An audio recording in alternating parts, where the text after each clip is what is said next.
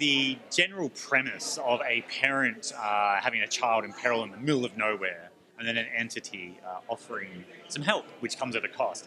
That very simple kind of Twilight Zone premise was always in my head for 2 years, and then it wasn't until our firstborn son was about to be born. Like he was due in a month, and just one day, what to do with that premise clicked in my mind, and I knew that I either write it very quickly, because when he was about to be born, like my brain was going to be mush, and that was it. I wasn't going to be able to develop it. I wasn't going to be able to put the time into it.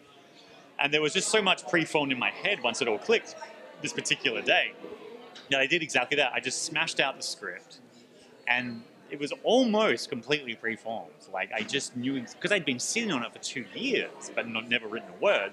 It just sort of came out of me. And I think that ticking clock, that impending nature of like him almost arriving is there on the page, and that I think is what people, when they first read it, like really responded to. And my producer on 1922, my previous Netflix film, he read it. I obviously gave it to him first.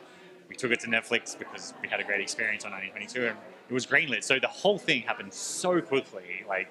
And again, you know, it's the exception to the rule, because it is not even allowed to work that quickly usually, and it might never happen again. But this one was very quick, and that immediacy I feel like is still there in the film that you'll see tonight. Like it's just an immediate film where you hit the ground running, and this woman is making decision after decision, and yeah, she's in a tight spot.